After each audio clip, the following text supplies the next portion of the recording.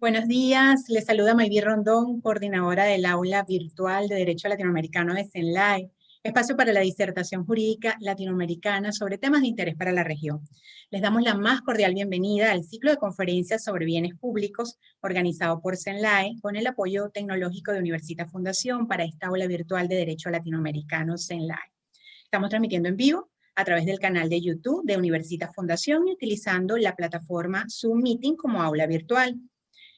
Hoy continuamos nuestro ciclo de conferencias sobre bienes públicos con dos profesores invitados, el profesor Alberto Blanco Uribe de Venezuela y el profesor Julián Pimiento Echeverry de Colombia. Iniciamos con el profesor Alberto Blanco Uribe de Venezuela, cuya conferencia es titulada Alcance del derecho humano al patrimonio cultural. El conferencista definirá los principios fundamentales del derecho humano al patrimonio cultural y su contenido esencial, en interdependencia con los derechos al ambiente, al paisaje, a la información, a la participación ciudadana y a la tutela judicial efectiva. El profesor invitado, Alberto Blanco Uribe, es abogado magna cum laude de la Universidad Central de Venezuela de 1983, especialización en Derecho Administrativo de la Universidad Central de Venezuela, tiene especialización sobre contaminación y molestias, especialización en Derecho Ambiental y de la Ordenación del Territorio y especialización en Derecho Público de la Universidad Robert Schuman, Estrasburgo, en Francia. Especialización en Justicia Constitucional, en Derechos Humanos y Garantías Constitucionales de la Universidad Castilla-La Mancha, Toledo, España. El profesor Alberto Blanco Uribe también tiene especialización en Derechos Humanos y Derecho Internacional Ambiental de la Universidad Central de Venezuela, en la Universidad Católica Andrés Bello y en la Universidad de los Andes. Es fundador y ex coordinador de la Cátedra Libre de Derechos Humanos de la Universidad Central de Venezuela, fundador y expresidente de la Sociedad Venezolana de Derecho Ambiental, miembro del Instituto de Derecho Ambiental de República Dominicana, también de la Asociación de Juristas de Iberoamérica, de la Red Argentina de Paisaje, es profesor en Factor Cultura en Perú y miembro del Comité Científico del Proyecto Internacional Reconnecting with Your Culture. Consultor en Derechos Humanos, Derecho Ambiental, Paisaje y Patrimonio Cultural, es conferencista internacional con diversos estudios publicados. Le damos la más cordial bienvenida al profesor Blanco Uribe al aula virtual de Derecho Latinoamericano CENLAE. Bienvenido, profesor.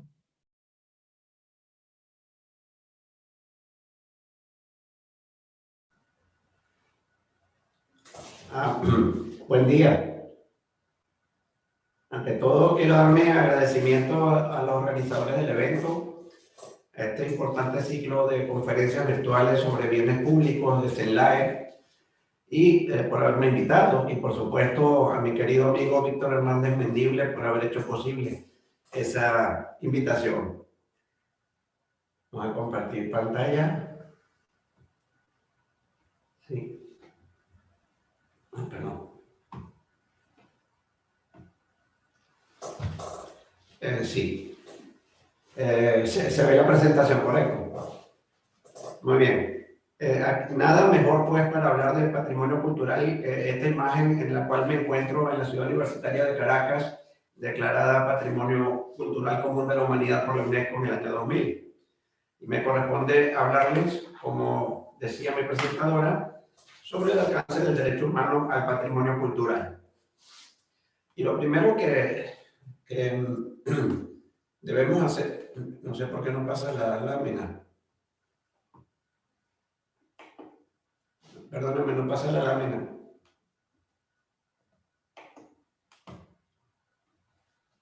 Hay un problema. Ya, listo, perdón.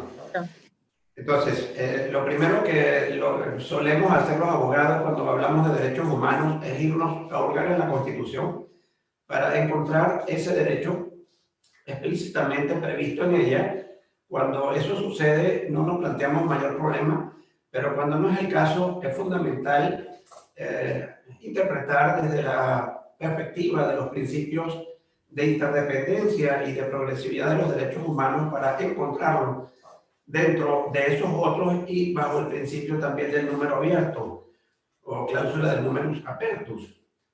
Vamos a hablar del contenido esencial o núcleo duro, como se le conoce en la jurisprudencia, del derecho humano al patrimonio cultural, para lo cual es menester ir al análisis de derechos hermanos, como el derecho al ambiente, a la cultura, a la ciudad y al paisaje. En el caso de la Constitución venezolana, no existe el derecho al patrimonio cultural en forma explícitamente consagrado. Sin embargo, hay varias menciones importantes al tema de la cultura, desde el preámbulo, donde se habla de la cultura, educación, derechos humanos, democracia y ambiente como patrimonio común de la humanidad, y luego diversas menciones en relación a las lenguas que se hablan en el país como patrimonio cultural, el derecho a la cultura y protección del patrimonio cultural, tangible o intangible. Alargando un poco los conceptos, y una serie de normativas que tienen que ver con derechos procedurales que le son aledaños y que van a servir de garantía para su ejercicio efectivo, como es el derecho a la información, la participación ciudadana, la educación para la ciudadanía y la educación ambiental, el derecho al ambiente, la ordenación del territorio desde la perspectiva de objetivos de desarrollo sostenible, cultura, geografía, participación, información. Vamos a encontrar también el derecho de petición, la libertad asociativa, libertades de culto y de pensamiento, y por supuesto los derechos de debido proceso, acceso a la justicia y tutela judicial efectiva para el aseguramiento del goce efectivo y la restauración de estos derechos cuando han sido lesionados. Ese es un rápido paseo por la Constitución venezolana, pero en este momento lo que nos interesa es pasar revista a una serie de documentos del hard law y del soft law, del derecho internacional, que están vinculados a los derechos humanos y que a partir de una línea que yo he calificado de la idea de calidad de vida, vamos a ir construyendo las bases de este derecho humano al patrimonio cultural. Por supuesto que esta revista que vamos a pasar no pretende en ningún caso ser exhaustiva, eso sería imposible en estas condiciones. La Declaración Universal de los Derechos Humanos nos habla de que toda persona tiene derecho a un nivel de vida adecuado, que es lo que se ha dado en llamar el derecho a la calidad de vida, que está por supuesto indisolublemente ligado al tema de la salud y el bienestar físico y mental.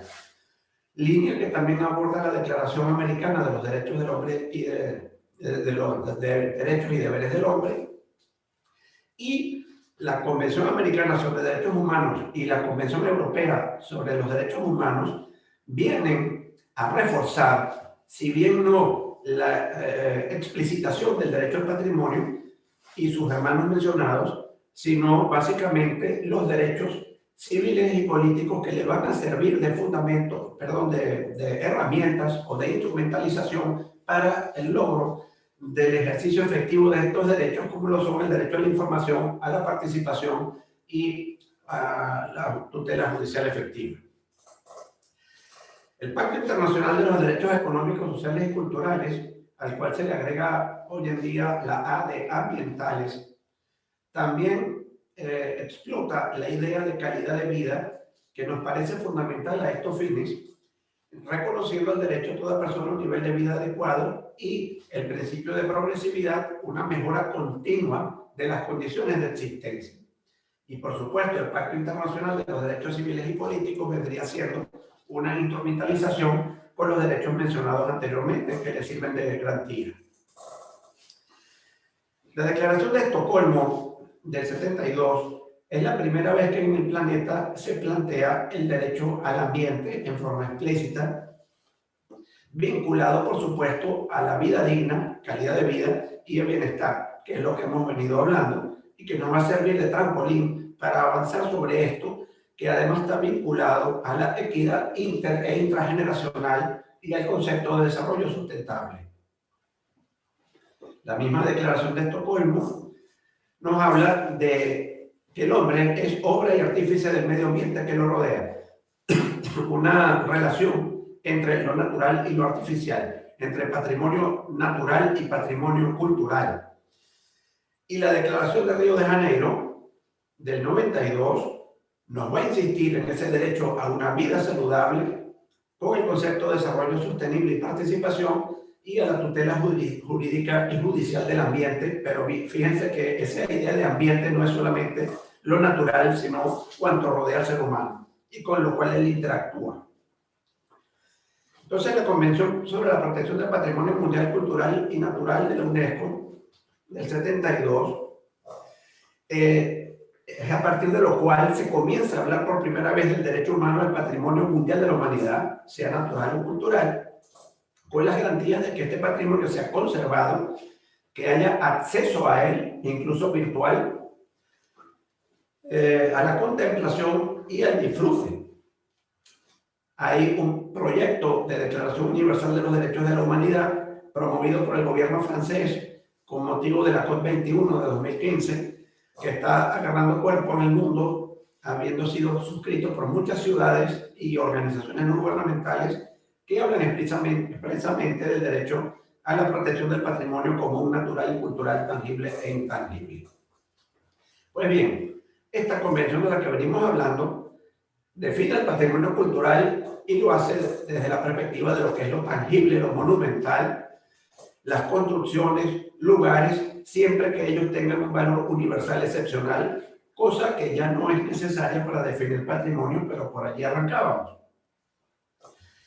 Siempre sobre patrimonio cultural están estas tres convenciones, la de defensa del patrimonio arqueológico. Les pongo el ejemplo de la piedra Cueca, que fue arrebatada al pueblo Pemón en Venezuela por autorización del gobierno y enviada a Europa para que un coleccionista alemán la exhibiera, y luego de décadas de lucha el pueblo Pemón logró recuperar esta piedra, que es su patrimonio cultural particular vinculado al origen, a su cosmología del origen de la vida. Patrimonio también intangible, como son los diablos danzantes de Yare o el yoga, y por supuesto también lo que tiene que ver con la conservación del entorno de las estructuras y sitios patrimoniales, como podemos ver en esa pirámide azteca, que no se protege solamente el monumento en sí, sino todo el entorno, el paisaje. La Convención sobre los Derechos del Niño explícitamente sigue con la línea del nivel de vida adecuado y explícitamente habla del derecho del niño a participar en la vida cultural. Volvemos de nuevo a la Convención de la UNESCO del 72 para referirnos ahora al patrimonio natural, que también lo define desde la perspectiva monumentalista, monumentos naturales, formaciones geológicas fisiográficas y siempre el concepto de valor universal excepcional. Y les pongo ejemplos allí como el Glaciar Perito Moreno en Argentina o la Serranía de Chiribiquete en Colombia. Una vieja convención, por mucha gente olvidada, de Washington del 40, está reflejada allí, protección de la flora y la fauna, habla del elemento paisajista, siempre el elemento estético, que es fundamental en estos casos, y la Convención sobre Diversidad Biológica del 92 va a insistir en la necesidad de proteger el hábitat, la protección in situ, la protección de los espacios naturales. El Protocolo de San Salvador a la Convención al Pacto de San José de Costa Rica nos habla explícitamente a nivel regional del derecho a vivir en un medio ambiente sano. Y vamos a empezar a entrar en esto, la Carta Internacional para la Conservación de Ciudades Históricas, que es un tema fundamental porque ya empieza a vislumbrarse el concepto de paisaje patrimonial y el concepto de derecho a la ciudad, sobre el cual vamos a hablar un poco. Y aquí insiste en el tema del patrimonio desde el punto de vista de una ciudad histórica, como lo viene siendo Toledo en España o como lo es también Quito en Ecuador, valores a conservar de carácter histórico, y toma en cuenta tanto los elementos materiales y espirituales que determinan la imagen del sitio, y también tanto lo natural como lo creado por el hombre, y se insiste en el tema de la participación ciudadana. La Carta Mundial por el Derecho a la Ciudad de 2004 del Foro Social de las Américas es quizás la primera vez que se habla a este nivel del derecho a la ciudad, que es un tema que no es un derecho aislado, sino una sumatoria de derechos, dentro de lo cual se insiste en la necesidad de, desde la perspectiva política, del derecho a la democracia, del derecho a la participación en la toma de decisiones susceptibles de afectar el entorno urbano de la persona, una participación además de carácter vinculante, no una mera consulta pública o pública, la participación tanto en la toma de decisiones como en la ejecución y el control de la ejecución de las mismas, y todo vinculado a la herencia histórica y cultural. Y específicamente ciudadanía, información, participación y justicia, el tema de educación para la ciudadanía, educación para la participación, educación patrimonial, educación ambiental. La necesidad de respetar el patrimonio natural, histórico, arquitectónico, cultural y artístico. También sobre el derecho a la ciudad, la Agenda 2030 de Desarrollo Sostenible, en uno de sus objetivos, el 11, habla de que se deben lograr ciudades y asentamientos humanos inclusivos, seguros, resilientes y sostenibles. La recomendación sobre el paisaje urbano histórico de la UNESCO, siempre sobre este tema de patrimonios, de paisajes patrimoniales, nos habla de la necesidad de proteger las zonas urbanas por sus atributos culturales y naturales, siempre una interrelación permanente. Se hablará posteriormente, nuestro amigo Pimiento, de patrimonio natural, patrimonio cultural, pero hay una idea según la cual el patrimonio como tal es una idea y por tanto cuando hablamos de patrimonio natural estamos hablando de algo cultural también. Pero bueno, y se insiste en el punto de las percepciones y las relaciones visuales. Es decir, el tema patrimonial es fundamental, lo afectivo, lo emotivo, las sensaciones que genera en la persona, la percepción de ese elemento que considera patrimonio y que se identifica entonces culturalmente con él. La Declaración de Florencia sobre el paisaje habla de la gente y el ambiente, de diversidad cultural, no escindir lo cultural de la persona ni lo natural de la persona, cataloga el paisaje como un bien común y habla explícitamente del derecho al paisaje como una necesidad. Insisto que el derecho al paisaje está directamente vinculado con el tema de los paisajes patrimoniales. Y promover programas participativos, fomentar el respeto de los derechos humanos. Aquí me voy a detener un momento en este elemento que se ha dado en llamar Jus Constitucionale Comune Latinoamericano o interamericanización del derecho. ¿A qué se refiere esto? Básicamente a que cuando uno analiza los regímenes constitucionales de cada país, particularmente de América Latina, nos vamos a ir tropezando poco más o menos, pero esencialmente con los mismos principios, particularmente en materia de regímenes políticos y en materia de derechos humanos. Por tanto, lo que se puede considerar un principio del derecho constitucional venezolano, argentino, chileno, colombiano, mexicano, es en realidad, al estar presente en todos esos ordenamientos, un principio de derecho constitucional común latinoamericano.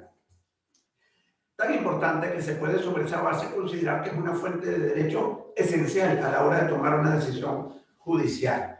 Y lo cierto es que nosotros vamos encontrando el derecho al patrimonio cultural en una constitución y en otra, mientras que en otras puede ser que esté diluido en otros derechos o que haya una referencia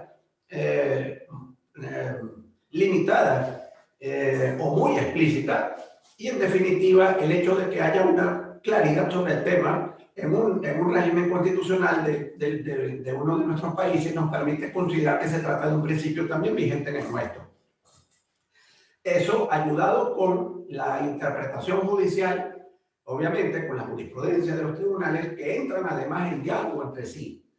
Hay un control de convencionalidad según el cual la Corte Interamericana de Derechos Humanos, que no se limita a los derechos que están explícitamente consagrados en la Convención, sino también en el Pacto de San José de Costa Rica, sino también que se ha extendido su control a otros derechos humanos directamente vinculados que son aplicables en los países suscriptores del Sistema Regional Interamericano de Protección de los Derechos Humanos, incluso de derechos que no están previstos en una convención o que están previstos en una convención universal o en una convención regional de otra zona como Europa, pero que se las reconoce como tales gracias a los constitucionales comunes. Y ese diálogo judicial que se plantea entre las altas cortes de justicia, los tribunales constitucionales, los tribunales supremos, a la hora de citarse recíprocamente, como dice tal tribunal, como dice tal otro, o como dice la Corte Interamericana, y se va generando una jurisprudencia que va construyendo jus constitucionales comunes fundamentales en materia de derechos humanos, específicamente aquí en el tema del derecho al patrimonio cultural. Por tanto, yo me confieso en una vía pragmática en la cual, si bien es cierto que me encantaría encontrar una norma que diga todos tenemos derecho a la protección del patrimonio cultural o al patrimonio cultural y ello significa tal y tal cosa, 1, 2, 3, 4 y 5. Lo cierto es que si eso no es el caso, para tristeza de los exégetas, lo que importa es la protección de ese derecho y el goce efectivo por parte de las comunidades a través de la argumentación o la interpretación que se consiga a tales fines gracias a la progresividad y a la interdependencia de los derechos humanos y a los constitucionales comunes. Entonces, ¿qué es patrimonio cultural? ¿Cómo protegerlo sin saber lo que es? Entonces, todas las manifestaciones de la cultura, todas, podríamos citar música, letras, escultura, arquitectura, paremos, filosofía, lenguas, todos, y los valores de identidad de los pueblos, tanto tangibles como intangibles, en interacción con la naturaleza y que nos vienen del pasado, que los disfrutamos en el presente, y que los debemos transmitir a las generaciones futuras. Y ya descartamos el tema de la monumentalidad y la excepcionalidad, lo cual siempre está presente porque hay elementos monumentales y excepcionales sin duda que es menester proteger, pero el patrimonio va mucho más lejos que eso. Va al idioma, va por ejemplo, en Colombia al ajiaco, es decir, al patrimonio culinario, cultural culinario, y así. Entonces hay una interrelación entre lo que es el territorio, ese asiento donde todo está, el ojo, es decir, el ser perceptor, que es la persona y la sociedad, en la comunidad, minorías incluso, y por supuesto el corazón, es decir, el sentimiento que deriva de esa percepción y la necesidad o la consecuencia de sentirse identificado a ello. Está lo antrópico, está lo natural, lo valorativo es crucial, la percepción que la persona tenga sobre su sentir. Y por supuesto esto es una idea, es decir, lo que quiero decir es que el patrimonio cultural viene siendo una idea. Entonces es un bien jurídico tutelado, es un nuevo valor de la sociedad.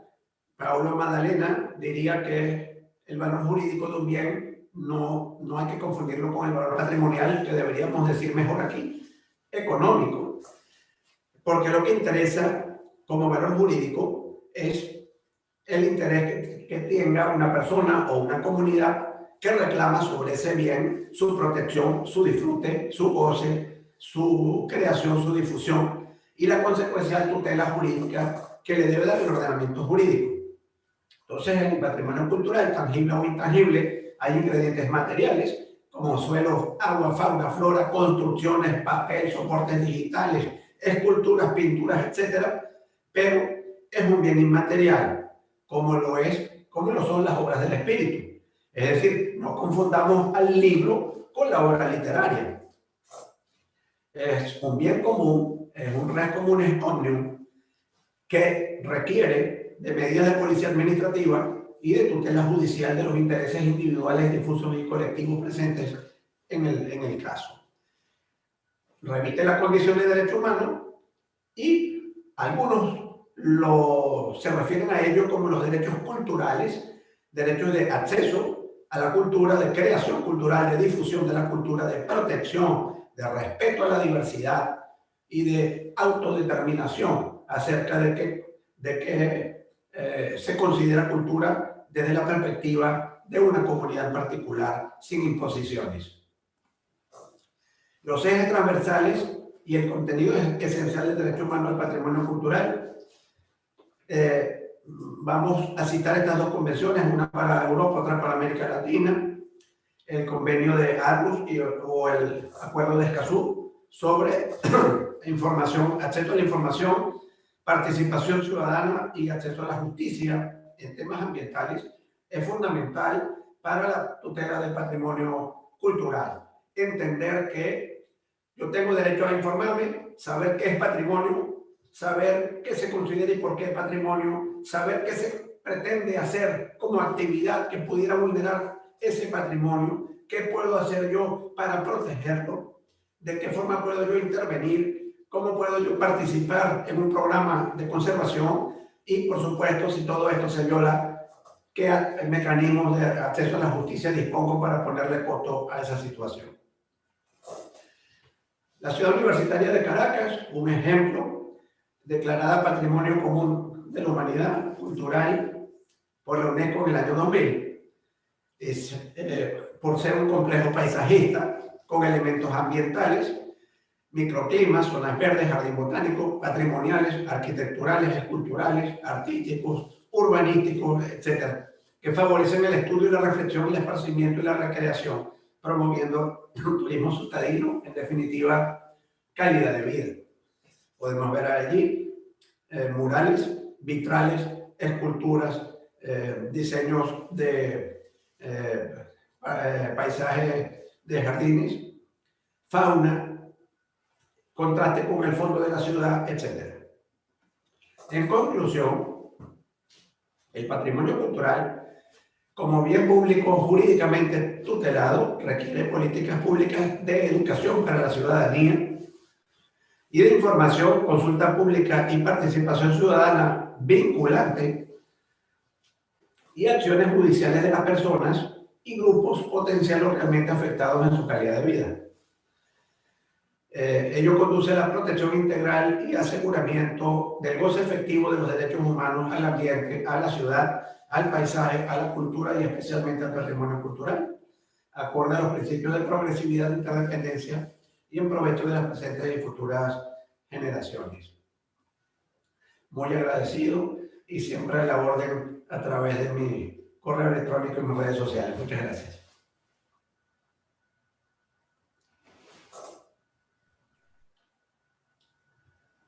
Muchísimas gracias, profesor, por su interesante exposición sobre el patrimonio cultural. Vamos a recordarles a nuestros participantes que esta conferencia será colgada en nuestro canal YouTube, tanto en el de Universitas Fundación como el de Zenlai, para que todos puedan revisarla, los que ingresaron tardíamente o para quienes la quieran compartir. También les recordamos que la sección de preguntas y respuestas será después de la segunda conferencia con el profesor Julián Andrés Pimiento Echeverry de Colombia. La sección de preguntas y respuestas para los que se encuentran observándonos desde YouTube en la sección comentarios. Y para los que se encuentran en el aula virtual de Zoom, lo pueden hacer sus preguntas por escrito en el chat. Vamos con el siguiente ponente, es el profesor Julián Pimiento, que nos va a hablar desde Colombia. El profesor Julián Pimiento, ya le vamos a comentar su perfil. Es de la Universidad Externado de Colombia.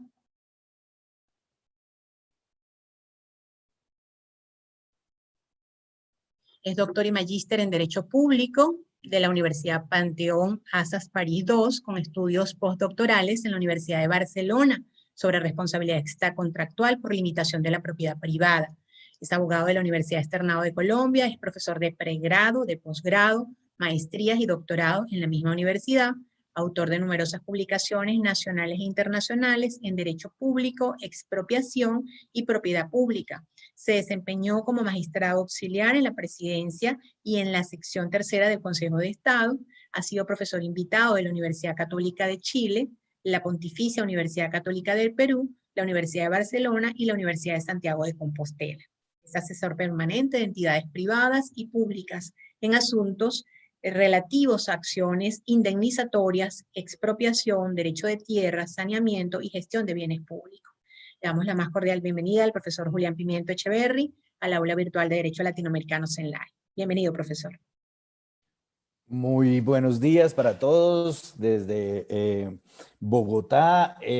Pues primero y antes de comenzar formalmente, quisiera agradecer a la SENADE pues por la invitación. De verdad que para los que nos gustan los bienes públicos, tener ese espacio, de verdad que es una alegría, y además pues permite discutir a un nivel latinoamericano pues parte de las reflexiones a las que hemos intentado llegar pues con tanto estudio y con tanto trabajo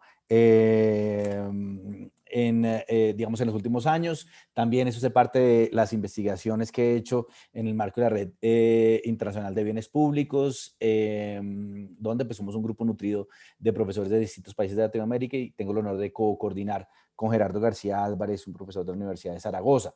Digamos, honor se completa un poco más, pues, en la medida en que le tengo un especial cariño a República Dominicana, donde también he sido invitado a dictar clases en la Pucamaima, y donde, pues, afortunadamente hemos también como completado ese tipo de reflexiones en las discusiones con los estudiantes y en el doctorado. Entonces, pues, bueno, simplemente para tomar una pequeña reflexión del profesor Blanco Uribe que hizo, uno se pregunta mucho en tema de patrimonio natural y cultural. Probablemente con el patrimonio natural es más fácil uno decir, bueno, ¿cómo protegemos? Están las áreas protegidas. Él hablaba del ajiaco en Colombia. Uno decía, bueno, pero finalmente, ¿cómo se protege el ajiaco? ¿Será que si yo hago un ajiaco mal hecho, entonces estoy violando el patrimonio cultural? Si canto mal un vallenato.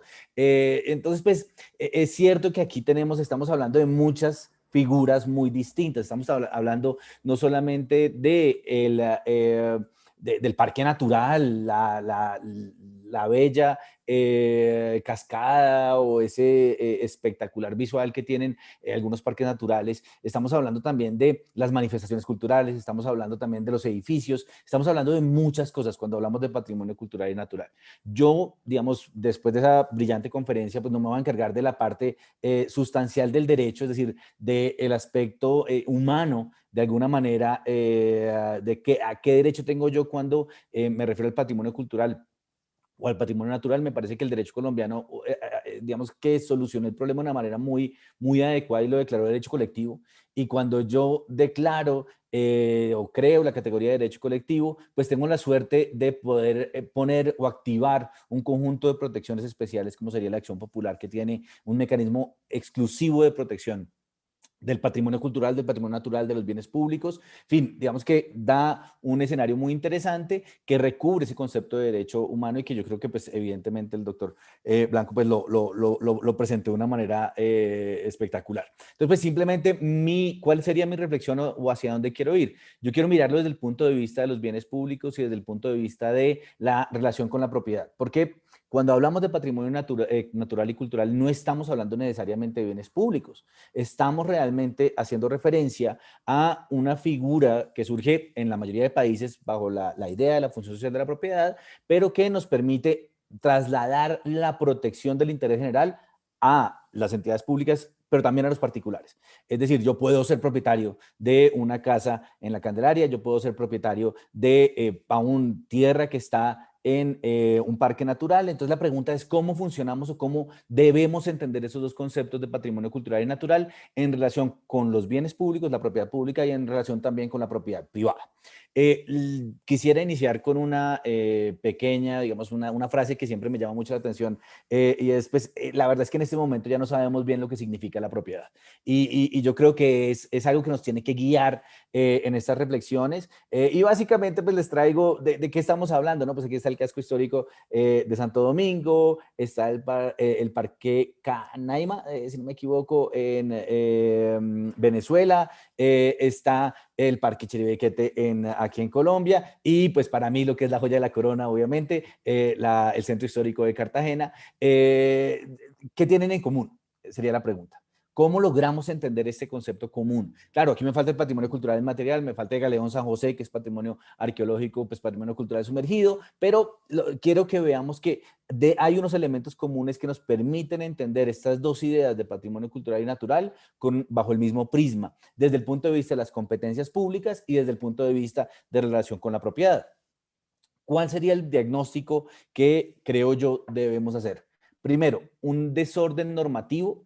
¿En qué sentido? En que no tenemos claridad, digamos, se han ido superponiendo las categorías de protección. En Colombia, por ejemplo, a las tradicionales figuras de parques naturales, áreas protegidas, ahora le agregamos una que es la de sujetos de derecho. La jurisprudencia, digamos, todavía nos debe cómo se van a integrar el concepto de bien de uso público, de parque natural y el de sujeto de derecho, porque los parques naturales están declarados en algunos casos como sujetos de derecho. Ya hay una sentencia, por ejemplo, que dice que ordena excluir a todos los humanos de algunos parques naturales. Entonces, pues ahí nos generan unos problemas en cuanto a cuáles son las categorías de protección, y nos pasa, yo creo que mucho en Latinoamérica, pensamos que entre más normas mejor, que entre más leyes, que entre más instrumentos mejor, en vez de buscar de pronto la eficiencia de aquellos que ya existen, y eso yo creo que es evidente tanto en el ámbito del patrimonio cultural como en el ámbito del patrimonio natural. No hay un acercamiento sistemático. Probablemente el acercamiento más sistemático que tenemos es el acercamiento con el enfoque de derechos, pero no es un acercamiento, digamos, que le permita a las autoridades, más allá de dar la titularidad y la protección del derecho, de realmente acudir y tener la titularidad de la protección del bien y ser proactivos en la protección del bien. Aquí se han creado algunas entidades especializadas en la protección de determinados bienes, pero todavía creo yo nos debemos o se debe ese acercamiento sistemático.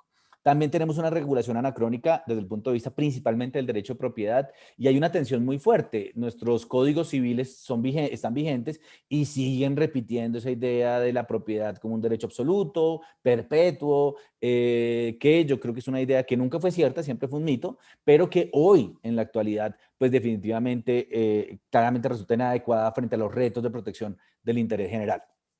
Un desinterés por parte de la doctrina, digamos que como estamos construyendo el derecho al medio ambiente o, el derecho ambiental como una categoría propia y el derecho cultural como una categoría propia, probablemente todavía no estamos en esa discusión de encontrar puntos comunes, que yo creo que sí, pues se requiere, digamos que eso aplica para el patrimonio cultural más que para el patrimonio natural. El patrimonio cultural de pronto ha sido más una figura estudiada por los sociólogos, por los arqueólogos y poco por los abogados. Apenas, por ejemplo, ICOMOS, que es el organismo más importante en este tema, está empezando a hablar de un enfoque basado en derechos, es decir, de reconocer más allá del carácter monumental, digamos, se reconocía la idea de paisaje cultural, pero de reconocer que aquí hay un tema jurídico muy importante.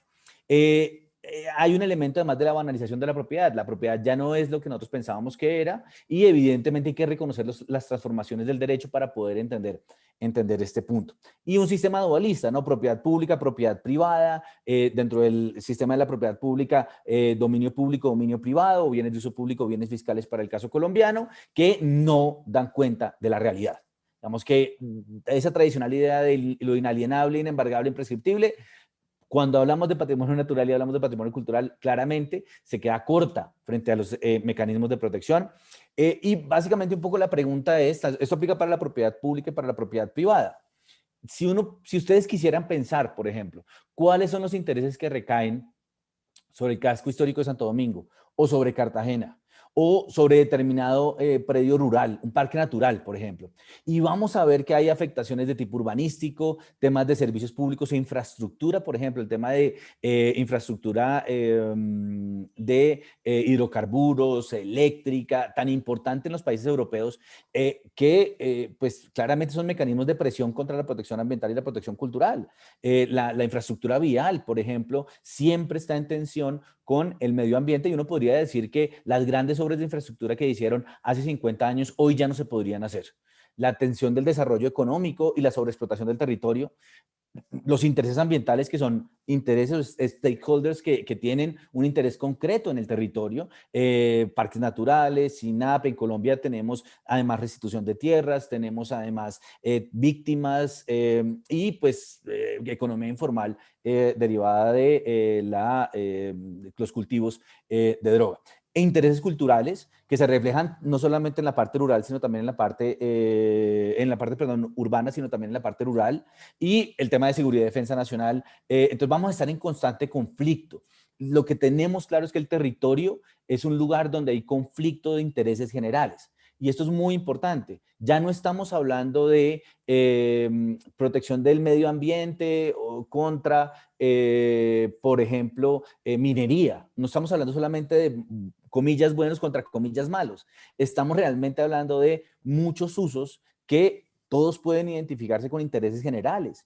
Y el ordenamiento jurídico tiene que encontrar la manera de arbitrar esa relación en el territorio y de solucionar esa relación en el territorio. Creo yo que el concepto de patrimonio cultural y de patrimonio natural, más otros conceptos que también pueden integrar estas definiciones, estos intereses, nos pueden dar una respuesta adecuada.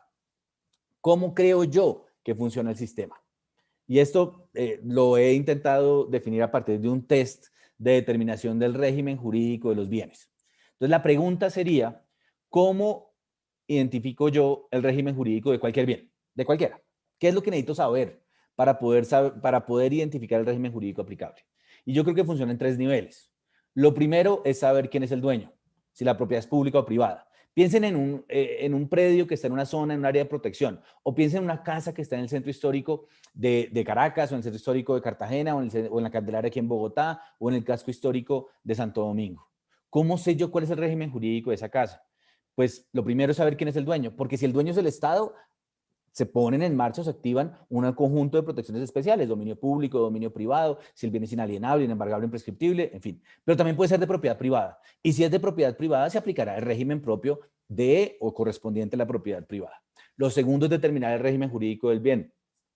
Si el bien es mueble, inmueble, corporal, incorporal, si está sujeto a registro, si no está sujeto a registro, en fin. Pero lo más importante, y es la forma de unir la teoría, la teoría funcionalista con la teoría proprietarista, es identificar las afectaciones al interés general. Una casa, en el casco histórico de Santo Domingo, tiene usos urbanísticos, sin duda, hay un interés urbanístico ahí, pero también hay un interés cultural, pero también hay un interés económico, desarrollo económico, si yo quiero poner, por ejemplo, un restaurante. Entonces, un mismo bien puede tener distintas afectaciones al interés general. Un mismo bien puede estar llamado a vehicular distintos intereses generales. Ese mismo bien tendrá distintos regímenes jurídicos y autoridades que van a intervenir en él en la medida en que yo pueda identificar esos intereses generales. ¿Qué da el hecho de que un bien esté destinado o afectado al patrimonio cultural o al patrimonio natural? Y esto es común para todos. Primero, en la mayoría de los casos se requiere una declaratoria. La declaratoria es lo que activa de manera singularizada la protección al medio ambiente. Que yo diga que determinado predio público o privado está en una zona de reserva, está en un área protegida o que es un bien de interés cultural. Y esto es común. Claro, la declaratoria cambia en cada caso. Tendrá, digamos, distintos elementos técnicos, pero en todos los casos se requiere una declaratoria, que es la que singulariza la obligación de protección. Segundo, digamos que es más importante para la propiedad privada que para la propiedad pública, pero digamos que es relevante para los dos casos.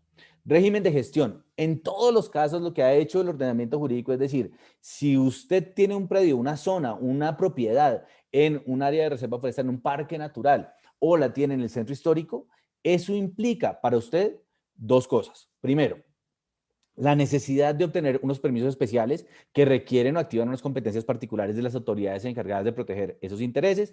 Pónganle ustedes, o les pongo un caso, autoridades ambientales o autoridades que protegen el interés cultural y unos instrumentos de planificación. La autoridad administrativa emite unos instrumentos de planificación para determinar el uso que se le va a dar a la propiedad. Entonces, por ejemplo, en Colombia, cada parque natural tiene su propio instrumento de planificación que le dice al propietario qué puede hacer ahí. Y ese propietario puede ser público o privado, es totalmente irrelevante, pero le dice qué puede hacer ahí. Y luego viene un instrumento de sanción. Digamos que en el segundo punto es muy importante que tengamos en cuenta que el mito del siglo XIX del derecho civil era que la ley era la que limitaba el derecho a propiedad. Eso hoy no es cierto, eso hoy es mentira. Hoy son las autoridades administrativas, a través de esos instrumentos, los que definen el contenido del derecho a propiedad. La ley crea las categorías, la ley crea la idea de parque natural, de zona de reserva, las crea, pero quien las aplica y quien define el contenido del derecho a propiedad son las autoridades administrativas. Importante, el otro mito, el particular puede hacer todo lo que no esté prohibido por la ley. En la propiedad inmobiliaria, en todo caso, Y por razón de este concepto de función social de la propiedad aplicado a patrimonio cultural y natural, el propietario solamente podrá hacer lo que la ley le permita. Solo puede hacer lo que el ordenamiento, lo que el instrumento de planificación le permita. ¿Y qué pasa si no cumplo? ¿Y qué pasa si no lo hago? Se pone en marcha efectiva un régimen sancionatorio especial que para el caso, por ejemplo, del patrimonio cultural puede llegar hasta reconstrucción del bien. Hay unas multas muy fuertes y muy importantes. En temas ambientales puede llegar aún a constituir sanción penal según el tipo de afectación que yo haga. En todos los casos, para patrimonio cultural, tenemos esos tres elementos en el régimen jurídico. Es decir, no importa si el bien es público o privado, lo que hace el Estado es trasladar la carga de protección al ciudadano, la carga de protección del interés general al ciudadano. Claro, el problema ¿cuál es? Que esto no es suficiente. No es suficiente con la visión tradicional de la regulación de la propiedad. Y entonces, ¿qué es lo que se propone tanto para patrimonio natural como para patrimonio cultural? Y en lo que yo estoy de acuerdo con el profesor es que este no es un asunto solamente monumental, no es un asunto de proteger la visual o el paisaje, es un asunto humano también. Entonces, el problema siempre va a ser ese equilibrio entre los intereses que confluyen en el territorio. ¿Por qué? Porque yo puedo tener la mejor de las normas, pero si desde un punto de vista financiero es más razonable tumbar la casa, que es patrimonio cultural, la casa se va a caer. Puede que no se caiga de frente, puede que no se caiga con un bulldozer a mediodía, se caerá en la mitad de la noche, se caerá con ácido en las paredes. ¿Por qué? Pues porque es importante entender esos intereses que confluyen en el territorio. Es importante entender que también hay digamos, hay unas razones por las cuales el patrimonio cultural y el patrimonio natural no se protege. Eso nos lleva a que tenemos que, al menos desde el punto de vista del patrimonio cultural, pero yo creo que también el patrimonio ambiental, tenemos que proteger algo más allá que los edificios y los espacios. La pregunta aquí interesante, o digamos, ese acercamiento estrictamente monumental. Claro, la UNESCO sí tiene esa idea, pero eso no se encuentra en las normas locales. La pregunta es, claro, es muy bonito proteger las casas, pero ¿cómo hacemos para que esa ciudad no se convierta en una ciudad Disneylandia o en un cascarón vacío, donde llega la noche, se cierra todo y deja de existir y no hay vida?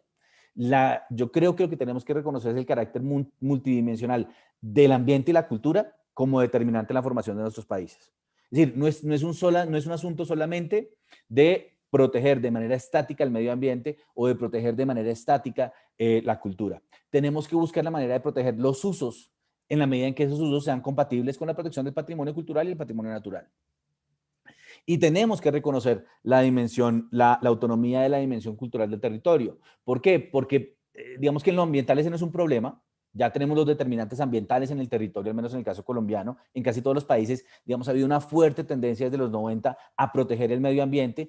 En la cultura ha sido como el patito feo. Digamos que no se ha dado una gran evolución en este punto. ¿Y eso a qué nos lleva? Yo creo que deberíamos reconocer la cultura como un determinante del territorio, como un determinante en la regulación de las ciudades y en la formación de las ciudades. Y esto nos lleva a dos puntos: evitar la extracción, entre comillas, evitar el urbanismo extractivo, y eso es muy importante para las ciudades latinoamericanas, donde apenas una ciudad empieza a tener algún tipo de vigor en temas de turismo, pues lo que vienen son los constructores de hacer torres de 30 pisos. En Colombia tenemos un caso dramático, que es el caso Acuarela, donde realmente pues hay un riesgo de perder el carácter de patrimonio cultural para Cartagena. Digamos, la Declaratoria de Patrimonio Cultural de la Humanidad para Cartagena, básicamente por el urbanismo extractivo, porque quieren construir a 200 metros de las murallas, quieren construir 5 torres de 30 y 31 pisos cada una, y están están en este momento el Cartagena y el Ministerio de Cultura están en un litigio muy fuerte para evitar que se construya ese proyecto inmobiliario. Y entonces también evitar la sobreexplotación del territorio, pero identificar los usos. Buena parte de nuestros problemas en Colombia tienen que ver con no saber qué hay en el territorio. La informalidad también es parte de esta idea de que, digamos que la propiedad o el derecho no se aplica de una manera uniforme en todos los territorios de nuestros países, lo que hace que se haga necesario hacer un perfil socioeconómico de quienes viven en el territorio, tanto en las ciudades como en la parte rural.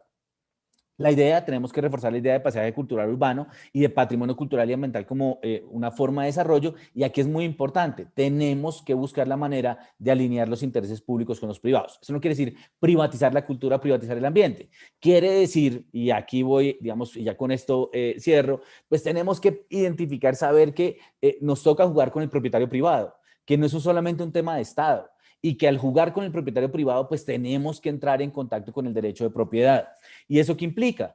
Que entre más carga le pongamos al propietario, tenemos también que crearle más herramientas financieras para que sea razonable para él respetar el derecho a propiedad. Sabemos lo que está pasando en España en este momento, que mucha gente con las cargas financieras que implica la protección del medio ambiente deciden abandonar el derecho a propiedad, lo que es casi imposible. O sea, nosotros sabemos cómo adquirirla, pero no sabemos cómo abandonar la propiedad inmobiliaria. Y ese es un reto que tenemos en este momento por en el ordenamiento jurídico. Entonces, pues, ¿cuál ha sido de pronto, yo creo que en este momento, cerraré de pronto con dos ideas que son un poco, digamos, fuertes, pero quisiera más sentar la discusión sobre eso. Yo creo que frente al concepto de patrimonio cultural y patrimonio natural, lo que decían nuestras constituciones y nuestros códigos civiles ya no es cierto. La propiedad ya no es un derecho absoluto, realmente nunca lo ha sido, pero sí estamos viviendo un relativismo muy importante y sobre todo la supresión lenta e imperceptible como el aluvión, la lenta supresión de los derechos adquiridos.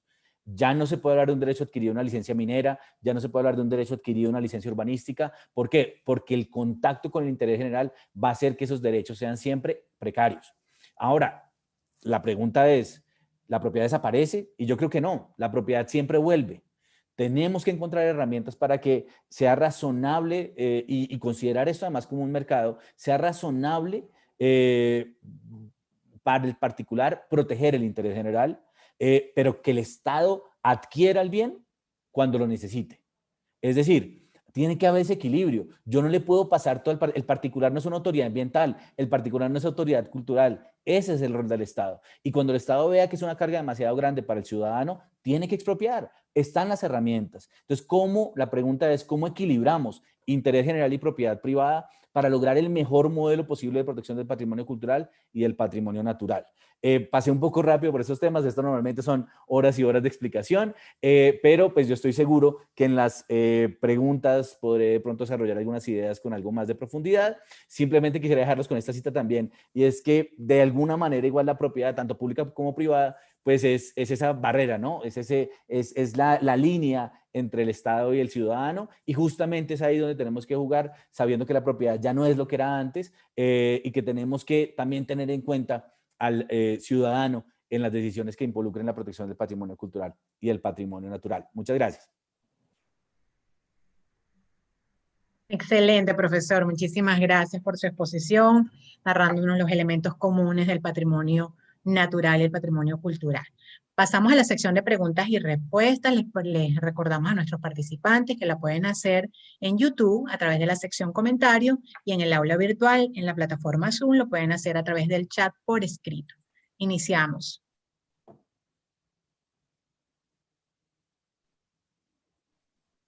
Gabriela López desde YouTube, saludos desde Barquisimeto. Tengo una pregunta para el profesor Alberto. ¿Qué define lo que es patrimonio cultural?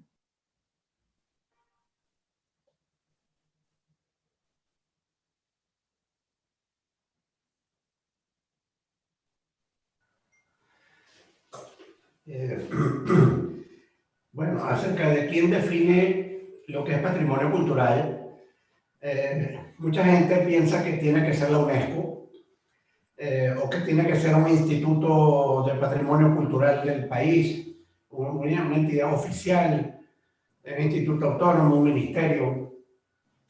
Es verdad que la UNESCO define lo que es patrimonio cultural de la humanidad cuando está el elemento de monumentalidad y de excepcionalidad de por medio, y por supuesto eso invita a un procedimiento que suele ser bastante largo y que hace intervenir una cantidad de especialistas, incluso no solo del propio país donde está el elemento patrimonial respectivo.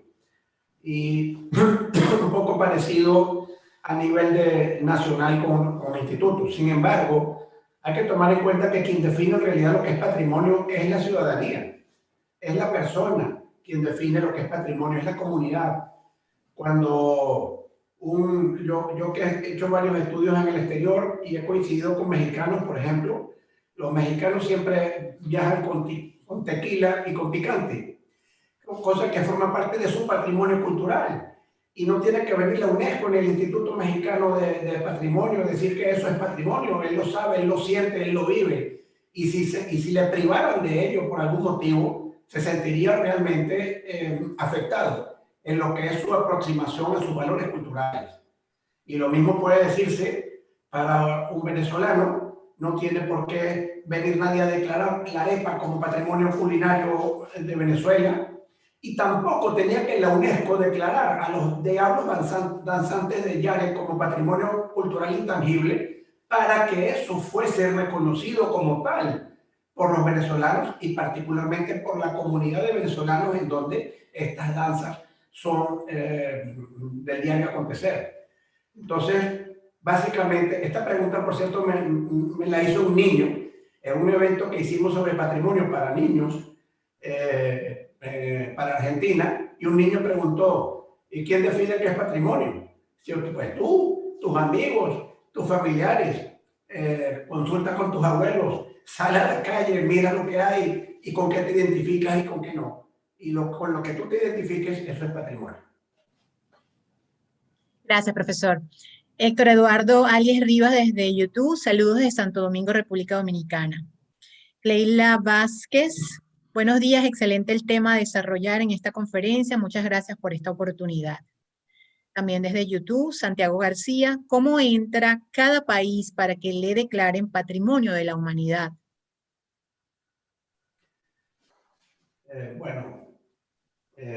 Yo supongo que se está refiriendo a cómo hace un país para que, por ejemplo, un monumento histórico que se encuentra en su territorio sea declarado por la UNESCO como Patrimonio Común de la Humanidad. Me imagino que ese es el sentido de la pregunta.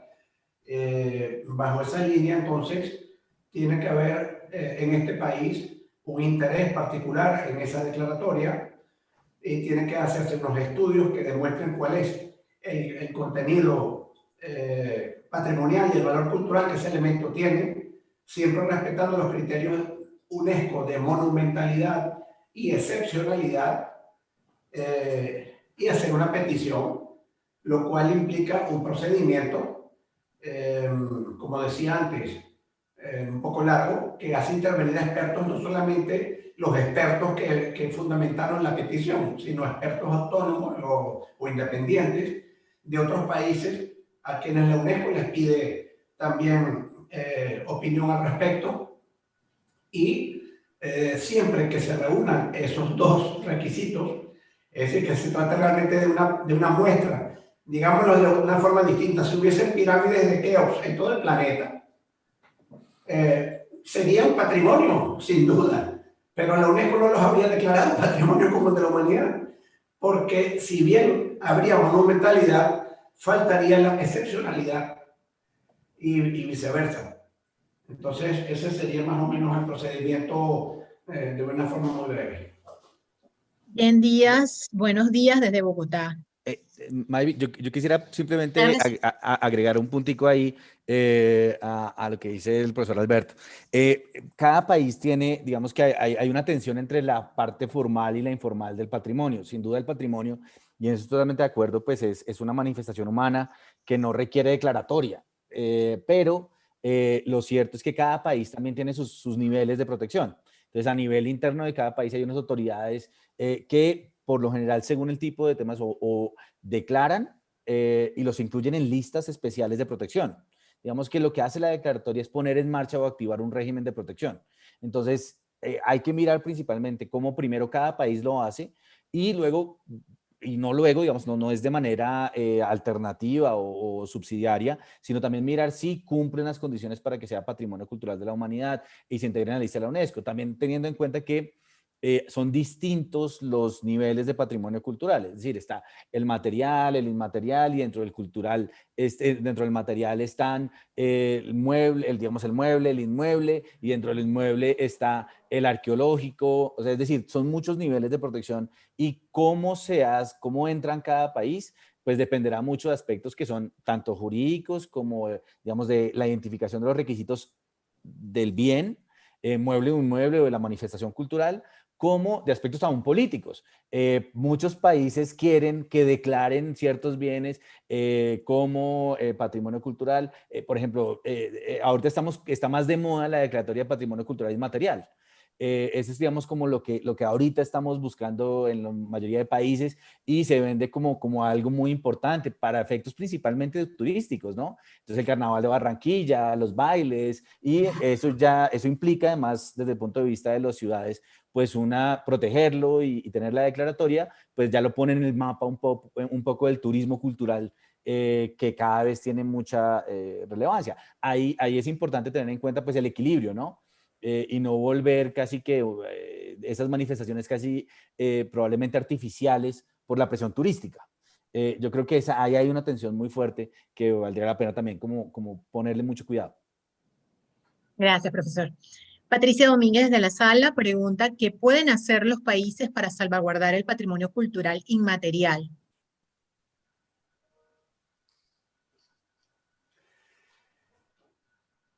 Bueno, ¿qué pueden hacer los países para proteger el patrimonio cultural inmaterial o intangible? Bueno, yo creo que esa es una pregunta que ameritaría diversos enfoques para la respuesta, porque algunos pudieran pensar que lo mejor es que no se ocuparan del tema los países, porque si el patrimonio inmaterial o intangible existe y proviene de tradiciones, en algunos casos milenarias, como es el yoga en la India, justamente porque el Estado ha estado al margen. Es decir, porque es la comunidad la que lo ha celebrado, lo que lo ha vivido, la que lo ha enriquecido y la que lo ha transmitido a las siguientes generaciones. Ahora bien, partiendo de la idea de que el personaje central para la definición y la protección del patrimonio inmaterial es la persona, es la comunidad, eso no quiere decir que el Estado no tenga una responsabilidad al respecto. Pero esa responsabilidad que tiene el Estado es porque el Estado, vale decir, el poder público, no debe olvidarse que él es fundamentalmente una herramienta del pueblo que lo colocó allí a través del proceso electoral, del cual depende una administración pública que debe ser básicamente servicial de la persona y que no tiene unos intereses propios separados de lo que es la comunidad que representa. Bajo esa línea, entonces, lo mejor que puede hacer un Estado, visto como el gobierno, el poder político, la administración pública, para proteger el patrimonio, es hacerse reflejo de lo que es la voluntad de las comunidades al respecto. Porque hemos visto en países donde existen minorías que los gobiernos consideran peligrosas, por decirlo de esa forma, entre comillas, o en todo caso indeseables, que más bien actúan de forma tal de borrarlos, borrar todas sus manifestaciones, por ejemplo, en los medios de comunicación social y así sucesivamente. Entonces, yo diría que el tema, por supuesto, tiene muchas aristas que tomar en cuenta, pero básicamente es la persona común a través de su participación, a través de la difusión y la creación cultural, vía comunidad y empujando, digámoslo así, a la autoridad pública a que sea una herramienta de protección de esas manifestaciones culturales. ¿Quería agregar algo el profesor Pimiento? Sí, hay dos tensiones. Yo creo que a mí me parece que la UNESCO, al menos lo que tiene que ver con el patrimonio cultural material, en relación con el inmaterial, digamos que hay unos puntos muy importantes. Hagámosle caso a la UNESCO: centros históricos, usos residenciales, garanticemos que los usos tradicionales se mantengan, demos incentivos económicos para que no haya gentrificación, ese tipo de cosas. Y un elemento muy interesante con el patrimonio cultural inmaterial, con la comida, por ejemplo. La mayoría de normas de sanitarias en tema de producción de alimentos anulan y destruyen el patrimonio cultural inmaterial. Eso pasó en Francia con el queso.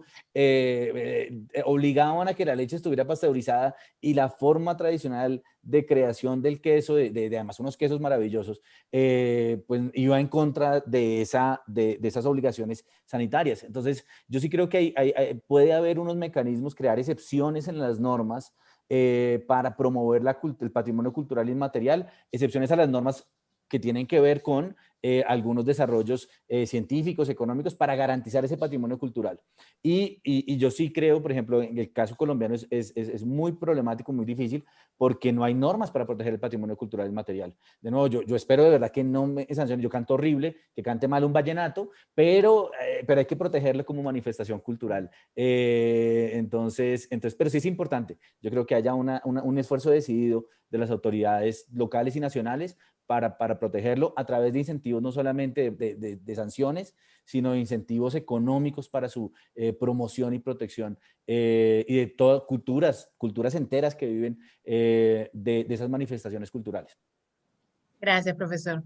Saludamos al profesor Oscar Riqueses, que está conectado desde YouTube, y para el profesor Blanco Uribe nos hace una pregunta. ¿Podría invocarse el derecho a la ciudad para corregir la infracción de las variables urbanas de construcción? Mi pregunta se refiere a la misión vivienda. Bueno, muy agradecido, querido amigo Oscar Riqueses, un gran amigo de verdad, y colega porque ambos fuimos profesores de la misma sección en distintas materias en la universidad. Bueno, por supuesto que sí. El hecho de que se cometan infracciones a las variables urbanas, y particularmente en el caso que él menciona, que es mediante el ejercicio perdón, la ejecución de una política estatal de vivienda que no fue sometido a ningún proceso de consulta, sino que fue impuesto de forma unilateral y vertical desde el poder hacia la comunidad, incidiendo, por supuesto, en la geografía, en el paisaje citadino, en el medio urbano que se encontraba protegido por variables urbanas en su momento, dictadas por las autoridades municipales y que de una u otra forma habían cumplido con procesos de consulta, de información y de participación ciudadana. El ciudadano podía saber cuáles eran las variables urbanas de una respectiva zona y, por supuesto, podía depender de ese conocimiento que él tenía, de esa información que él tenía, invertir su capital para comprar allí o alquilar allí un espacio donde vivir, y que por una política inconsulta y violatoria de la ley del gobierno se irrumpe cometiendo infracción en contra o violando esas variables urbanas. Indudablemente viola el derecho a la ciudad y lo viola a diversos títulos. Lo viola en primer lugar por irrespeto del derecho a la información, por irrespeto del derecho a la participación ciudadana, normas específicas de la Constitución que consagran el derecho a participar, las normas sobre participación y de información que explícitamente en la Ley Orgánica de Ordenación Urbanística y la legislación municipal de carácter urbanístico también, que implican claramente una violación del derecho a la ciudad, que no es simplemente eso que he dicho hasta ahora, porque el derecho a la ciudad involucra también el principio democrático que va de por medio, particularmente en una democracia que se define participativa y no meramente representativa, y que aun cuando fuese representativa, eso es lo que se le olvida a muchos gobiernos en América Latina, que son representantes, no son jefes, no son caciques, no son dueños de los países, sino representantes, y que por tanto tienen que consultar al representado ¿qué te parece esto? ¿Esto es lo que tú quieres? Esta política que estoy planteando aquí es la que en tu concepto va de suyo con la ciudad que tú quieres como comunidad.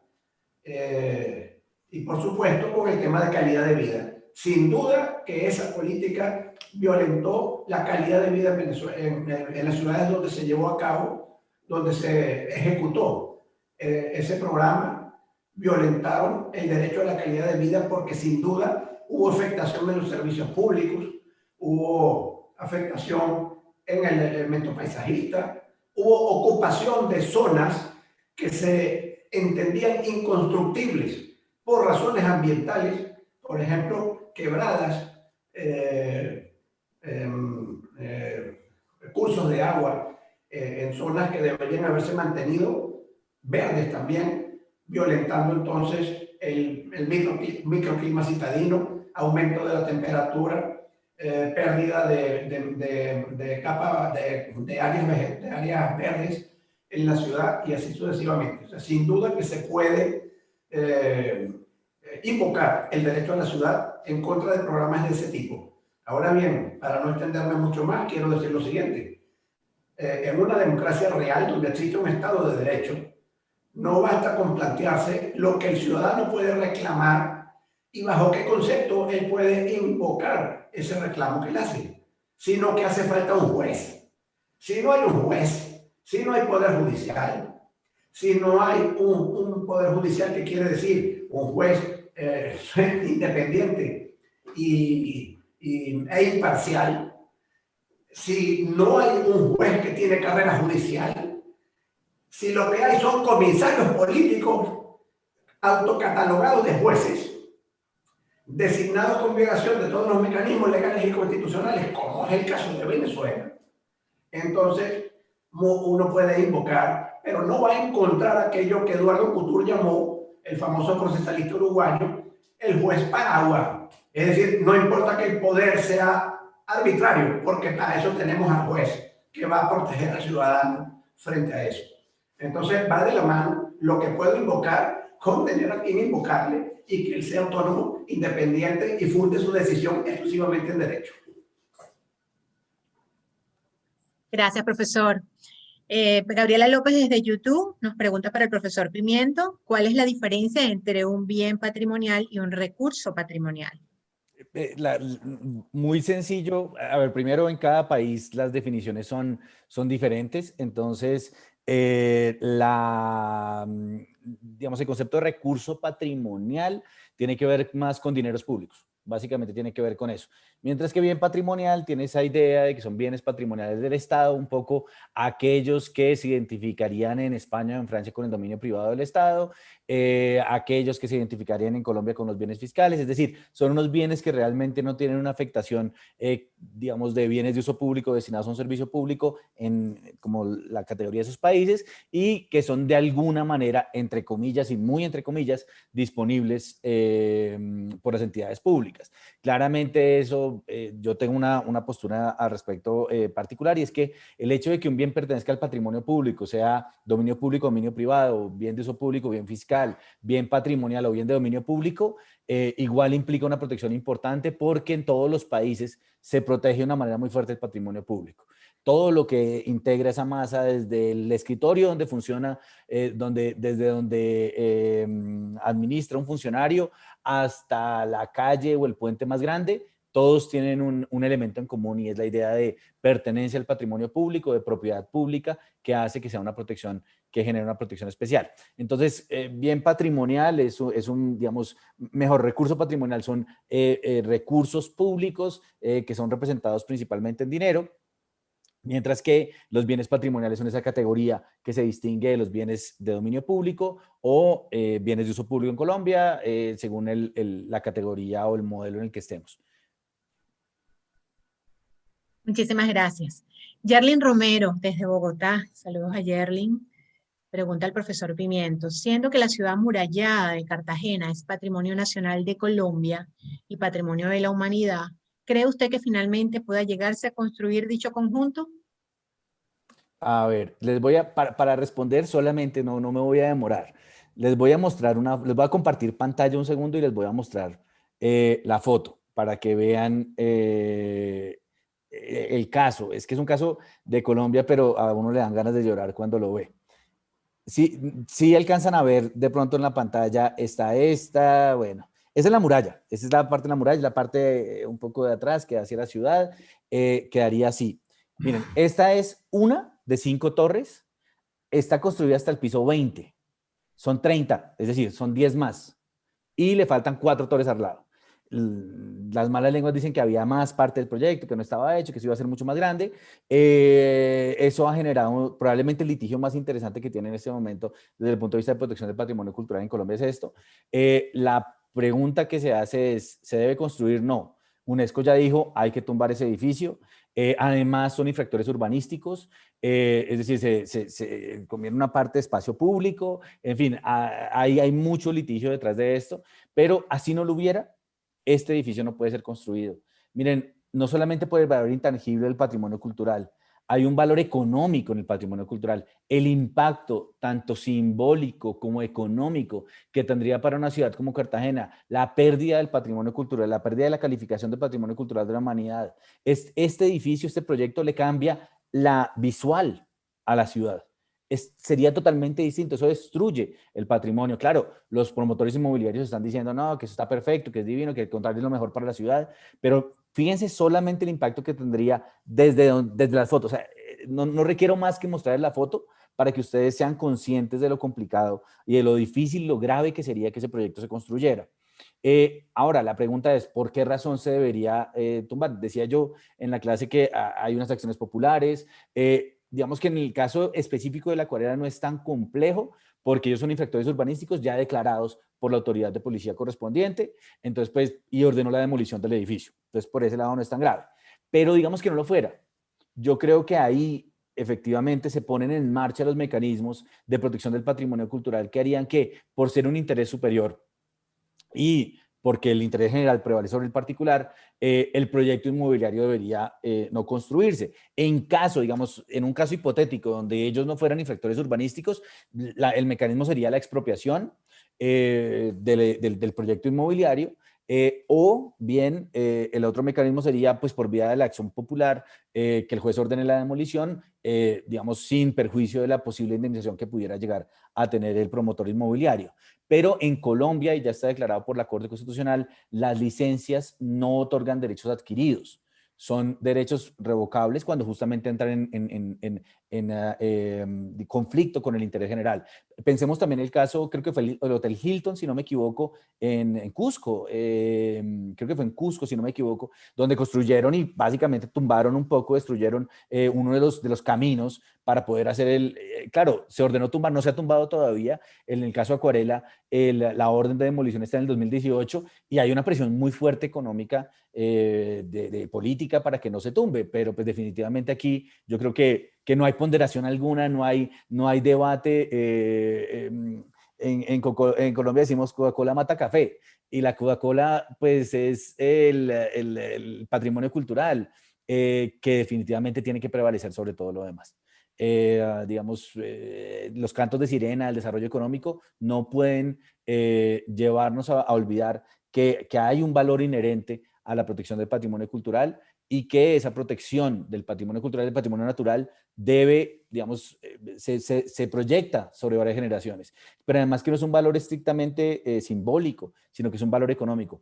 ¿Cuánto recibe Cartagena por la buena protección, adecuada protección del patrimonio cultural? Una casa en el centro histórico de Cartagena puede valer $5 millones.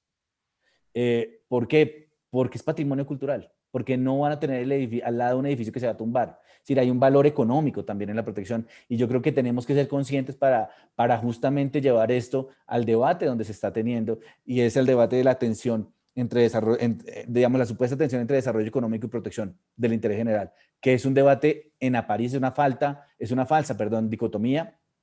Aquí no hay oposición, la protección del medio ambiente es económicamente viable, la protección del patrimonio cultural es económicamente viable. Esa es como la premisa de la que yo parto. Preguntan desde YouTube. Dígame, Creo que es blanco, sí. Sí, quisiera agregar algo sobre ese tema que no me es ajeno, no por vecino, sino porque es patrimonio de la humanidad. Pero yo quería decir lo siguiente. Este es un gran proyecto, obviamente, una torre, le faltan 3 torres. Esto ha tenido que tomar mucho tiempo en ser proyectado, en ser preparado, presentado a las autoridades. Y obviamente eso no habría sido sometido a un proceso de consulta y de participación ciudadana. Eso habría violado el derecho a la ciudad, obviamente. El tema del patrimonio no es solamente el monumento en sí, sino como lo veíamos antes, y también lo refirió el profesor Pimiento, está el tema del entorno, está el tema del paisaje patrimonial, está el tema del impacto en lo que es todo el espacio de la ciudad, del proyecto en sí, y cómo incidiría en la minimización o prácticamente desaparición de lo que en algún momento se consideró patrimonio común de la humanidad. Ahora bien, el punto en el cual quiero insistir es que, desgraciadamente, una consulta pública, incluso con carácter vinculante, no bastaría, dadas las circunstancias a las cuales me voy a referir, para ponerle fin a una actividad como esa, susceptible de perjudicar gravemente un patrimonio cultural. Y lo digo por lo siguiente. Recuerdo que insistí sobre la importancia de la educación para la ciudadanía y el tema de la educación patrimonial, que debe forjarse desde la más tierna niñez para lograr la sensibilización necesaria para que el día de mañana, cuando a ese ciudadano le pregunten, ¿usted qué opina de este proyecto?, él sea capaz de decidir sobre la base de parámetros patrimoniales y no sobre la base que le vende la parte económica, la parte industrial y la parte desarrollista, de que esto va a generar tantos empleos, esto va a hacer que venga más turismo, es decir, va a votar, por decir esa palabra, la consulta que se le hiciera, va a decir, sí, yo estoy de acuerdo, ¿cuál es el problema? Unas piedras viejas allí no pueden parar el desarrollo de la ciudad y nos vamos a beneficiar todos con ello. Entonces es importantísimo aprovechar este ejemplo para citar que, si bien dudo que haya habido una efectiva consulta, aunque la hubiese habido, si eso no va a ciudadanos, es decir, a personas que desde niños están sensibilizados y entienden la importancia del patrimonio para su calidad de vida, van a terminar votando que sí, y los desarrollistas van a estar felices de que cumplieran. Preguntan desde YouTube, en Latinoamérica y el Caribe no se evidencia un turismo cultural de calidad en las comunidades, a pesar del riquísimo acervo y tradiciones que poseen. ¿Por qué ocurre esto?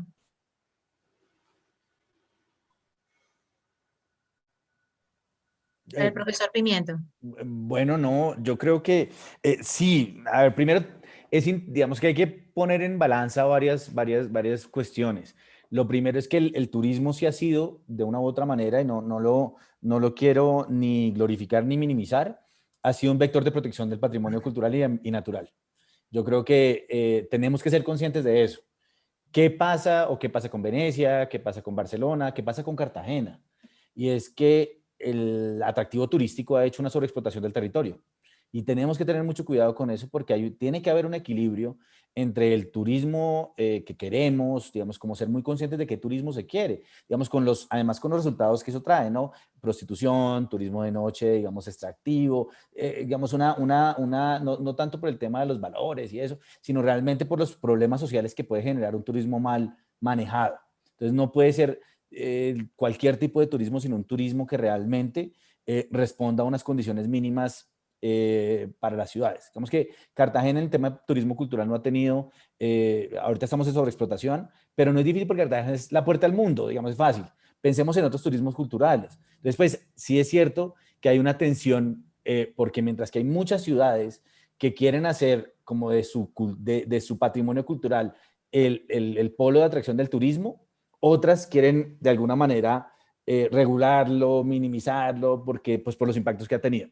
Entonces yo creo que sí, tiene que haber un acercamiento casuístico, tiene que haber una protección, digamos, una promoción decidida por el Estado, y yo creo que integrar elementos. Nosotros somos muy buenos creando entidades públicas, una que hace turismo y otra que hace cultura y otra que hace vivienda.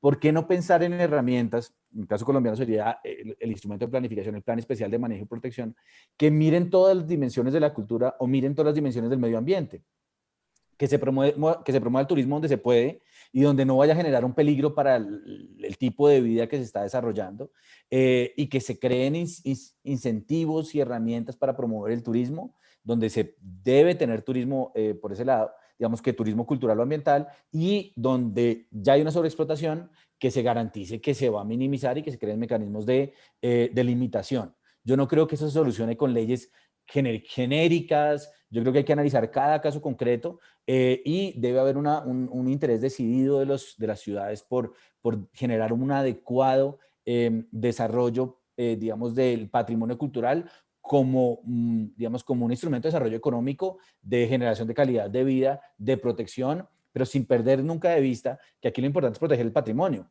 O sea, que la cultura, que el turismo solamente es bueno si es compatible con la protección del patrimonio cultural, y que la directiva primordial tiene que ser proteger el patrimonio cultural o natural.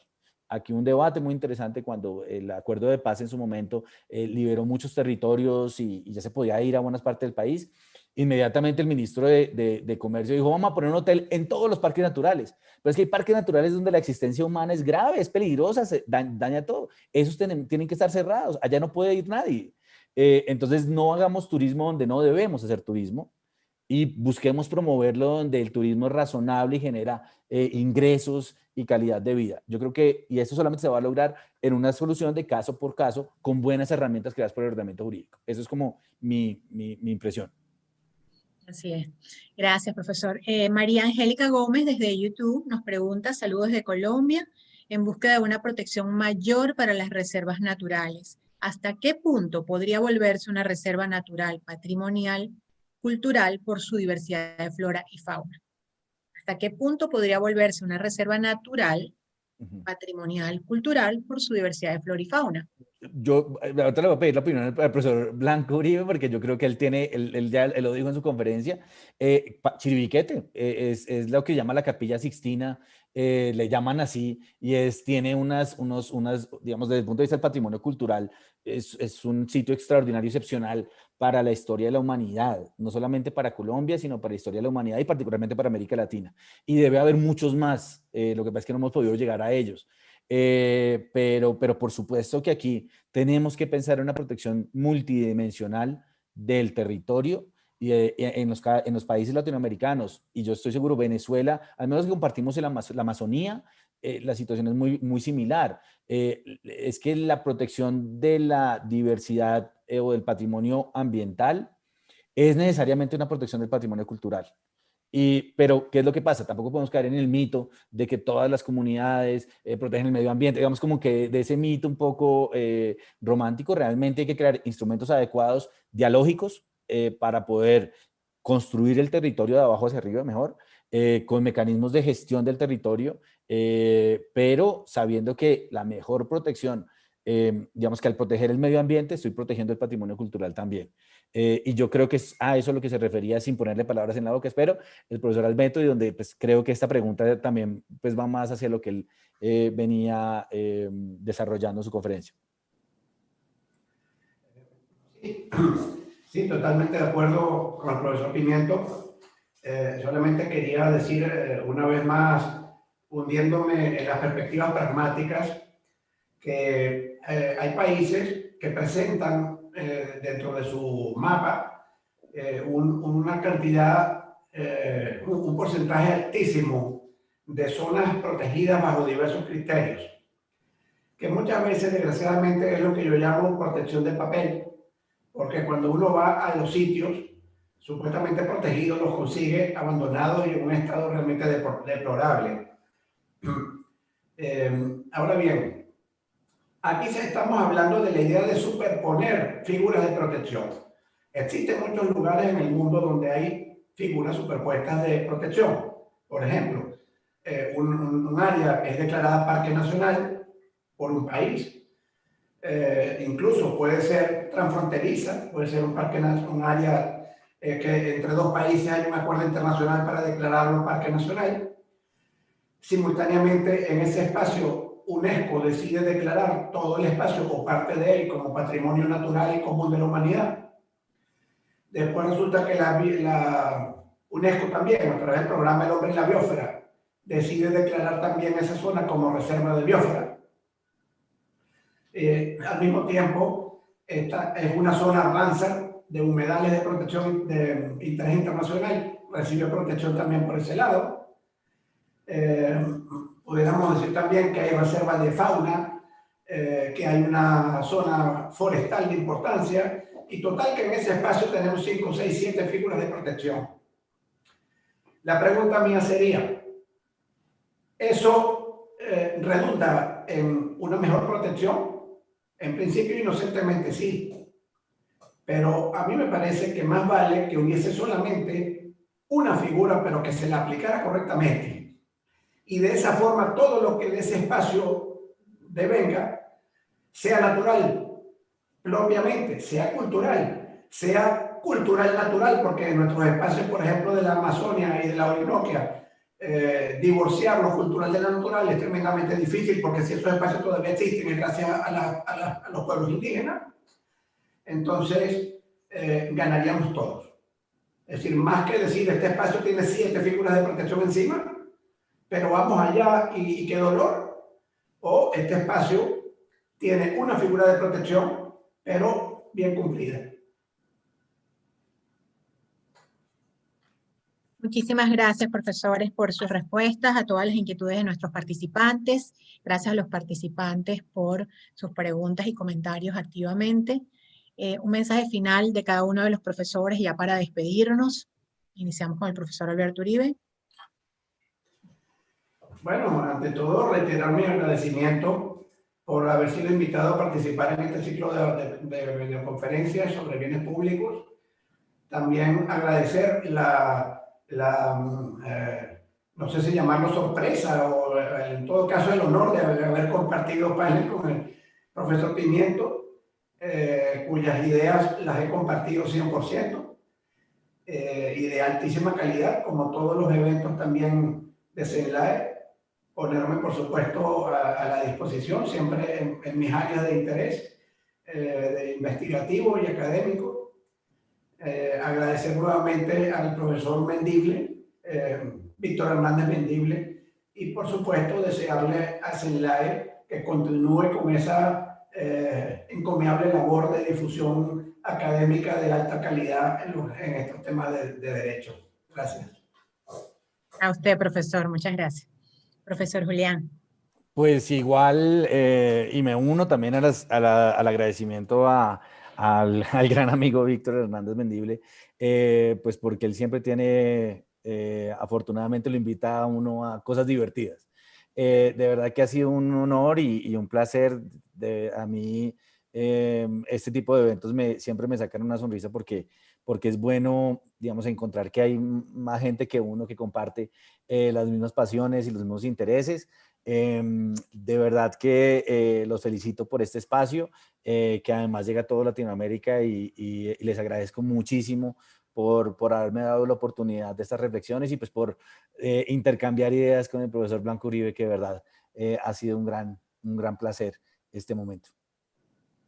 Muchísimas gracias a ustedes, profesores, por ser parte de esta aula virtual de Derecho Latinoamericano CENLAE, a todos los participantes que todos los viernes están con nosotros en la misma hora, 10 de la mañana Colombia, México y 11 de la mañana Venezuela, República Dominicana, algunos otros países que han cambiado el horario como Francia, España, a las 4 de la tarde. El próximo viernes, recuerden que seguimos con este ciclo de videoconferencias, le corresponde el ciclo ambiental al profesor José Luis Villegas Moreno, de la Universidad de Comillas, España, y al profesor Gonzalo Aguilar, de la Universidad de Talca, Chile. Van a hablar del Acuerdo de Escazú, así que los esperamos. La cita es el próximo viernes 20 de noviembre. Muchísimas gracias, donde quiera que se encuentre, y ya saben, en su aula virtual de Derecho Latinoamericano, el próximo viernes a la misma hora. Gracias.